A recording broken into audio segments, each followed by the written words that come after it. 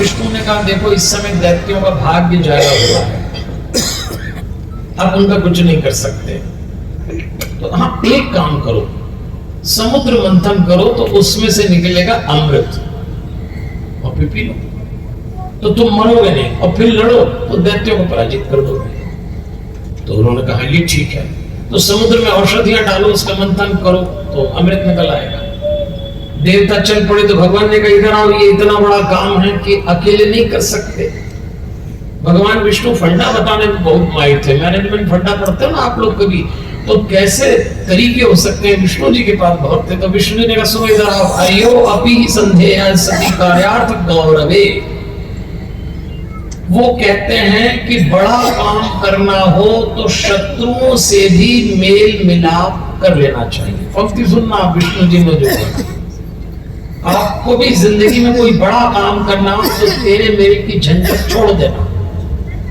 सफलता की यात्रा में ना कोई स्थायी मित्र होता है, ना कोई स्थायी शत्रु होता है। ताज्जुब की बात है कि जो आज शत्रु कल मित्र हो सकता है, जो आज मित्र है कल शत्रु हो सकता है। इसलिए उन्होंने कहा अर्यो अपि ही संधेया सति कार्यार्थ गौरवे, अपने शत्रुओं से भी मेल मिलाप करो।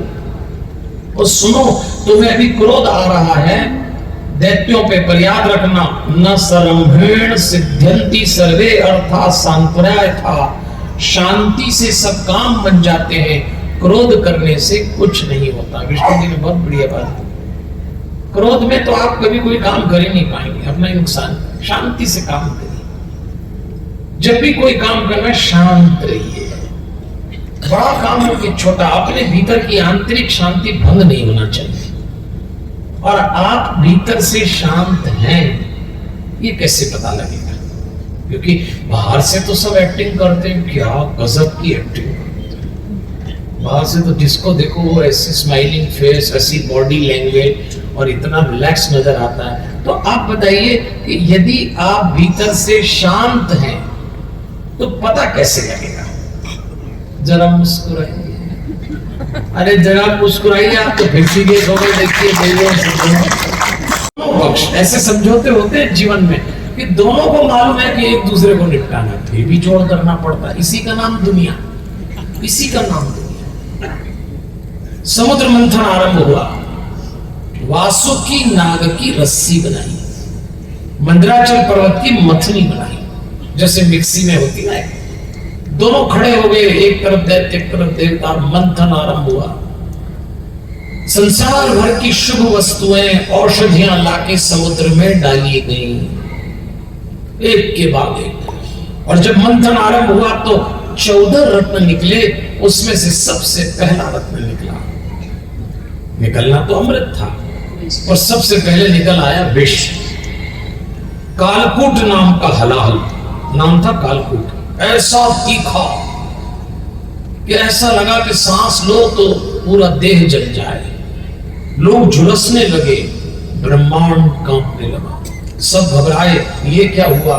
तो देवता दौड़ के विष्णु जी के पास गए कि महाराज आप तो कह रहे थे अमृत निकलेगा, ये तो विष निकल आया।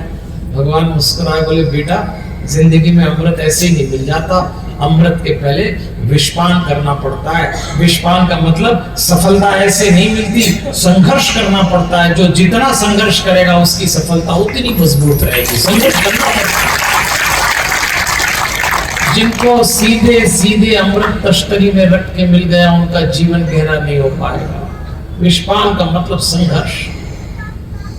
उन्होंने कहा महाराज ये कालकूट नाम का हलाहल अगर थोड़ी देर संसार में रहा तो सब जल जाएंगे, कुछ करिए। तो विष्णु जी ने कहा इसका निराकरण एक ही व्यक्ति कर सकता है संसार में, और वो है शंकर जी। तो तुम कैलाश चले जाओ, शिव जी से कहो वो ही पी सकते हैं, वरना तो मुसीबत है।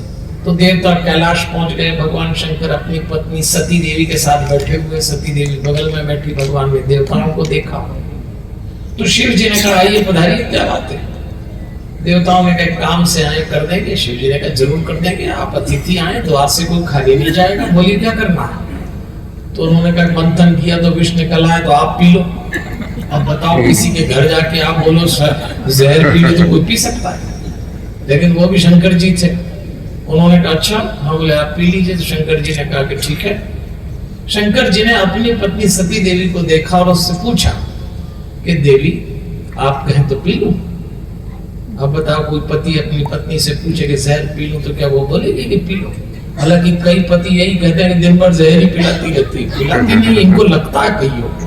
तो पूछा कि तू कहे तो पी लूं। अब सती देवी ने वो उत्तर दिया जो पत्नियों का अंतरराष्ट्रीय उत्तर है। जैसे उन्होंने पूछा कि तू कहे तो पी लूं, तो सती देवी कहती हैं, पूछ तो ऐसे रहे हो जैसे सारे काम हमसे पूछ के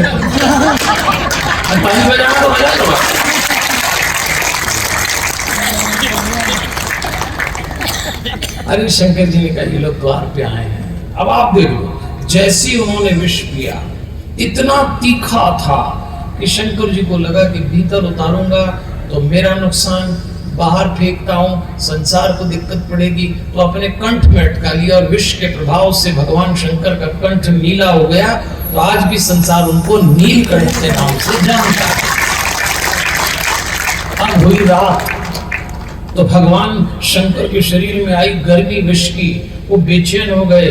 उन्होंने गर्मी से त्रस्त होकर अपनी पत्नी से कहा कि देवी तकलीफ होती है, कुछ करना पड़ेगा। देवी ने कहा आधी रात को किस वैद्य को और औषधि क्यों लाऊंगी। जैसे उन्होंने कहा मुझे बहुत तकलीफ होती तो कुछ कर, तो सती देवी ने पत्नियों का दूसरा अंतरराष्ट्रीय संवाद बोला। हमने पहले ही कहा था, हमने पहले ही कहा था मत पियो। सुनते नहीं आप किसी।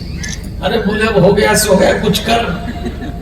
क्या करूं? बोले एक काम कर, मेरे ऊपर भांग का लेपन कर दे, मेरे ऊपर धतूरे का लेपन कर दे, मेरे ऊपर जलांजलि कर दे, तो मुझे शीतलता प्राप्त होगी। सती देवी ने ऐसा किया और आज भी भगवान शंकर ने हम लोगों के हित के लिए जो विष पान किया, हम आभार व्यक्त करने के लिए आज भी शिवलिंग पे जल चढ़ा के कहते हैं महाराज हमारे कष्ट आप हर लेते हो, हम आपको आभार व्यक्त करते हैं। अब एक एक करके निकल रहा है सामान। कामधेनु निकली, ऋषि मुनि ले गए। उच्चेश्वर घोड़ा निकला, बलि ले गया। ऐरावत नाम का हाथी निकला, इंद्र ने कहा मैं ले जाता हूं। कौस्तुभ मणि निकली, भगवान विष्णु लेके चले गए। छठवें क्रम में कल्प वृक्ष निकला, स्वर्ग भेज दिया। सातवें क्रम में अप्सराएं निकली, देवताओं ने कहा वे दे दो, आप ले जाओ। लेकिन जब आठवां क्रम आया तो चारों तरफ सुगंध फैल गई, प्रकाश हो गया, चारों तरफ रुन झुन की आवाजें आने लगी। सब लोग देखने लगे कि आठवें क्रम में कौन निकला है। सारा वातावरण बदल गया और आठवें क्रम में निकली लक्ष्मी जी। और जैसे ही लक्ष्मी जी बाहर निकली, ग्रंथकार ने लिखा कैसी लग रही थी? रूपोदारी, वयोवर्ण, महिमाक्षुत चेतस। उनका रूप, उनका सौंदर्य, उनका औदार्य, उनका यौवन, उनका रंग, उनकी महिमा कैसी थी, सबका चित्त खींच लिया। ऐसा भी लक्ष्मी तो ऐसी होती, महिमा क्षिप्त चेतस। लक्ष्मी जहां से निकलती सबको खींचती है, ये तो स्वभाव है लक्ष्मी। और जब निकली देवियों सज्जनों लक्ष्मी जी, तो कभी इसको देखती, कभी उसको देखती, इठला रही, बल खा रही, ऐसे ठुमक ठुमक के चल रही। और जो कर रही थी वो सुनिए, इसको देख के उसको देख के ग्रंथकार ने लिखा लक्ष्मी जी कर क्या रही थी? सदृढ़ासम ददति सुशोभनम, सदृढ़ासम ददति सुशोभनम। इसका अर्थ होता है सदृढ़ासम, मंद मंद मुस्कुरा रही थी। अब आप देखिए लक्ष्मी जी निकली और पहली बार उन्होंने जो एक्टिविटी की वो थी मंद मंद मुस्कुरा रही। इसीलिए मैं कहता रहता हूँ जरा मुस्कुराइए, जिसको लक्ष्मी चाहिए वो मुस्कुराए। सुमड़ों के यहाँ लक्ष्मी नहीं आती, और आ जाए तो सुमड़े को देख के इतनी विचलित होती है कि फिर जिंदगी में तकलीफ। जिसको भी लक्ष्मी चाहिए उसको मुस्कुराना आना चाहिए, और लक्ष्मी जी को पसंद है। निकलते ही पहला काम किया, एकदम मुस्कुराए, इसको देखा उसको देखा। लक्ष्मी जी को देखकर सबने सोचा कि अपनी हो जाए। ब्रह्मा जी ने सबसे पहले विचार किया तो सामने गए कि देवी मेरी हो जाओ। लक्ष्मी जी ने ब्रह्मा जी को देखा, बोले आप तो बाप बराबर, हटो दूर। देवताओं ने विचार किया अपनी हो जाए। देवता खड़े हो गए। लक्ष्मी जी ने कहा देवताओं में तुम्हारी भी नहीं होगी, क्योंकि तुम देवता बनते हो पुण्य से, और मैं पुण्य से नहीं, मैं प्रताप और पुरुषार्थ से प्राप्त होना चाहता हूं। बाप दादा के पुण्य से जिनको संपत्ति मिल गई, उनको बचाने और बढ़ाने के लिए अपना पुरुषार्थ लगाना पड़ेगा, वरना मैं चली जाती हूँ, तुम्हारी भी नहीं होगी, हटो। तो देवताओं को भी हटा दिया। तो ऋषि मुनियों ने सोचा कि अपन खड़े हो जाए। तो साधु संतों ने कहा हमारी हो जाओ। कोई बाबाओं को भी माल की बहुत जरूरत है, आश्रम बनाना है, कभी अस्पताल बनाना है, कभी कोई काम करना है। लक्ष्मी देवी ने साधु संतों को देखा, बोले आपकी भी नहीं होंगी, क्योंकि आपको एक सात्विक अहंकार होता है कि हम समाज से ऊंचे हैं, समाज हमको प्रणाम करता है, समाज हमको मान देता है, और जिसको भी अहंकार है ना उसकी भी नहीं होती, दुर्रटी है। सब सोचने लगे होगी किसकी। अच्छा, शंकर जी ने देखा कि जब से ये आई है सब इसके पीछे पड़े, हो जा नखराली किसी की नहीं हो रही, तो अपन भी खड़े हो जाओ। तो शंकर जी पहुंच गए, देवी हमारी हो जाओ। लक्ष्मी जी ने जैसे ही शंकर जी को देखा तो कहा बाबा जी आपकी तो बिल्कुल ही नहीं होगी, क्योंकि आपका तो सारा इतिहास जानती हूं मैं, आपका कोई भरोसा नहीं कब किसको टिका हो, और मैं उसकी बिल्कुल नहीं होती जो मेरी रक्षा करना नहीं जानता, और जो मेरा रक्षण करके मुझे बढ़ाना नहीं जानता, उसकी नहीं होती। आपका तो इतिहास जानती हूं, और ये सच है। हमारे भोलेनाथ बड़े गजब के हैं। एक बार रावण ने जब भगवान शंकर को प्रसन्न किया, तो भगवान शंकर ने कहा बोल क्या मांगता है दशानन, तू जो मांगेगा मैं दूंगा। पास में पार्वती जी खड़ी थी। पार्वती जी तो बहुत सुंदर है हमारी माँ। रावण ने पार्वती जी को देखा और शंकर जी से कहा इनको दे दो। शंकर जी ने कहा ले जाओ भाई, बोला है तो। वो दुष्ट पार्वती लेके चल दिया। अब जब रावण पार्वती लेके चला तो नारद जी को पता लगा, तो नारद जी दौड़े आए, रास्ते में रावण को रोका। क्या बात है रावण? बोले देखो मैं पार्वती को ले आया। नारद जी ने कहा तू मूर्ख है रावण, तुझे कुछ भी नहीं मालूम, ये असली पार्वती नहीं है, ये पार्वती की प्रतीक छाया है। असली पार्वती को तो शंकर जी ने पाताल में मय दानव के पास सुरक्षित रख दिया है, तू मूर्ख बन गया। तो रावण ने पार्वती जी को छोड़ा और पाताल पहुंच गया, ढूंढने लगा। तो पाताल में उस समय बहुत ही सुंदर स्त्री चली आ रही। रावण ने कहा यही पार्वती है असली। उसने हाथ पकड़ लिया। सुंदर स्त्री ने कहा कि मैं पार्वती नहीं हूँ। बोले तू कौन है? बोले मैं तो मय दानव की बेटी मंदोदरी हूँ। बोले तू ही चल, तू ठीक दिख रही है। रावण जैसे लोग एक स्त्री पे कभी निष्ठा नहीं रखते, ये भ्रष्ट आचरण के लोग होते हैं। जैसे भगवान शंकर ने लक्ष्मी जी से कहा कि देवी हमारी हो जाओ, तो उन्होंने कहा आपकी तो बिल्कुल नहीं होगी, क्योंकि मैं उस व्यक्ति की होना पसंद नहीं करती जो कहीं भी मेरा निवेश करे, मैं उसकी भी नहीं होती महाराज। तो सोचने लगे लोग कि फिर होगी किसकी, कौन है जो इसको करेगा। तब लक्ष्मी जी ने देखा एक व्यक्ति है जो पीतांबर ओढ़ कर लेटा है, उसको कोई रुचि भी नहीं हो रही उसमें। तब ये उनके पास गई, वो नारायण थे। इन्होंने प्रणाम किया, मैं निवेदित हूँ, आप मुझे स्वीकार करिए। नारायण ने कहा देखो देवी, मेरे हृदय पे भृगु ऋषि के चरण चिन्ह पहले से हैं, कौस्तुभ मणि मैंने पहनी हुई है, वैजयंती माला भी है, चौथा स्थान रिक्त है, आप आ जाइए, मैं आपको और कुछ नहीं दे सकता सिवाय हृदय में स्थान देने के। लक्ष्मी जी नारायण की हो गई, यूं लक्ष्मी नारायण एक हो गए। बाद में किसी ने लक्ष्मी जी से पूछा कि देवी ऐसा क्या था जो आपने इनको वर्ण किया?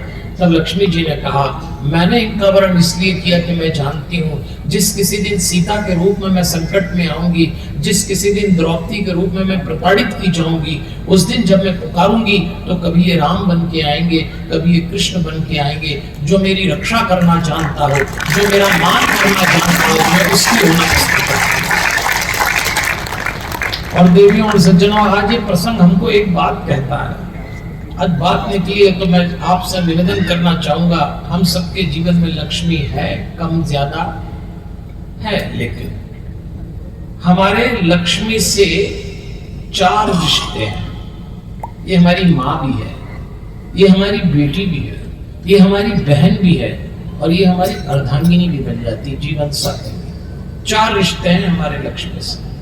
थोड़ा विचार करके देखिए हमने क्या किया। जब आज लोगों के पास लक्ष्मी अधिक आई तो लोगों ने धन का एक बड़ा हिस्सा भोग, विलास और अनुचित कृत्यों में खर्च कर दिया। आप अन्यथा न ले, बुरा भी न माने, लेकिन बहुत पैसा आया और लोगों ने बहा दिया। आज जो नाइट लाइफ पैसे वालों की देखी जाती है, माँ लक्ष्मी बड़ी दुखी है। विचार करके बताइए, आपके घर में जो बहन, बेटी और स्त्री बैठी है, क्या आप उसके मुंह में तंबाकू रगड़ के खिलाते हैं? क्या आप उसको मदिरा पिलाते हैं? क्या अपने घर में बैठी हुई माँ, बहन, बेटी को ऐसी जगह ले जाते हैं जहां नहीं ले जाना चाहिए? लेकिन आपकी जेब में जब ये आती है तो आप वो सारे कृत्य करते हैं जो घर में बैठी माँ, बहन, बेटी के साथ नहीं करते, और इस जगत की माता के साथ करते हैं। इसलिए माता प्रताड़ित है। और देखने में आया, जिनके घर धन आया उनके घर दुख भी आया है। इसलिए याद रखिएगा, इस माँ लक्ष्मी के साथ वो आचरण करिए, नीति से कमाइए, रीति से खर्च करिए। एक भी पैसा वैष्णव वृत्ति के व्यक्ति का गलत जगह खर्च नहीं होना चाहिए। लक्ष्मी जी मांग करती है, तुम क्यों मुझे मदिरा में लुटाते हो? तुम क्यों मुझे ऐसे काम में खर्च करते हो जहां नहीं करना चाहिए? विचार करके देखिए। इसलिए देवियों से जन्म लक्ष्मी बाबा बहुत दुखी हो गई, बहुत पीड़ित हो जाती है। अब लक्ष्मी के बाद 8वें क्रम के बाद 9वें क्रम में वारुणी निकली।